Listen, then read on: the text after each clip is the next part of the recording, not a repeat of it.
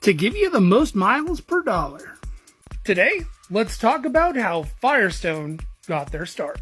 Now, Firestone Tire and Rubber Company was started by Harvey Firestone in 1900. The company actually opened its doors with only 12 employees. Now, Firestone got rolling about 2 years after Goodyear. Now, in the early days, Firestone found his niche providing tires for fire apparatus. Keep in mind, fire trucks weren't a thing yet. It was mostly carriages that held fire equipment that were pulled by horses or pushed by volunteer firemen. But it honestly wasn't long before Harvey had eventually evolved his tire to be a pneumatic tire that was used on buggies and wagons. Now, unlike other tire manufacturers, Firestone had one thing that the other guys didn't, and that was a streamlined manufacturing process. He could actually produce tires faster than Goodyear and faster than any other tires that were available at the time. So it's honestly not that hard to believe that he was honestly very good friends with Henry Ford.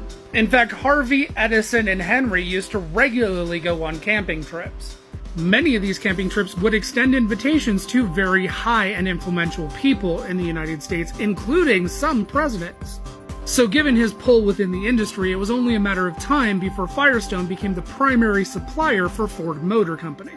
And when your product happens to be on all four corners of one of the highest selling vehicles in the United States, it pretty much ensures that you're probably going to be the highest seller of aftermarket tires as well. In 1918, Firestone Tire and Rubber Company was incorporated in Hamilton, Ontario, Canada. The first Canadian tire rolled off the line September 15, 1922.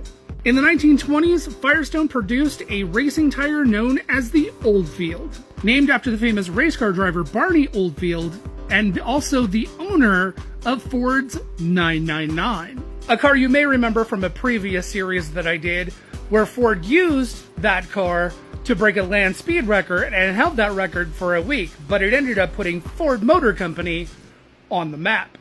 In 1927, Henry Ford asked if his friend Firestone would accompany him on a trip to California.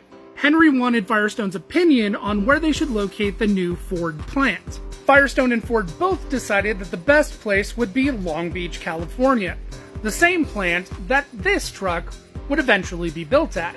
On that same trip, Henry suggested that Firestone should open his own manufacturing plant in Southgate, California. At the time, Southgate was mostly just farmland. By 1928, Firestone had opened that plant in Southgate. By 1954, it had doubled in size.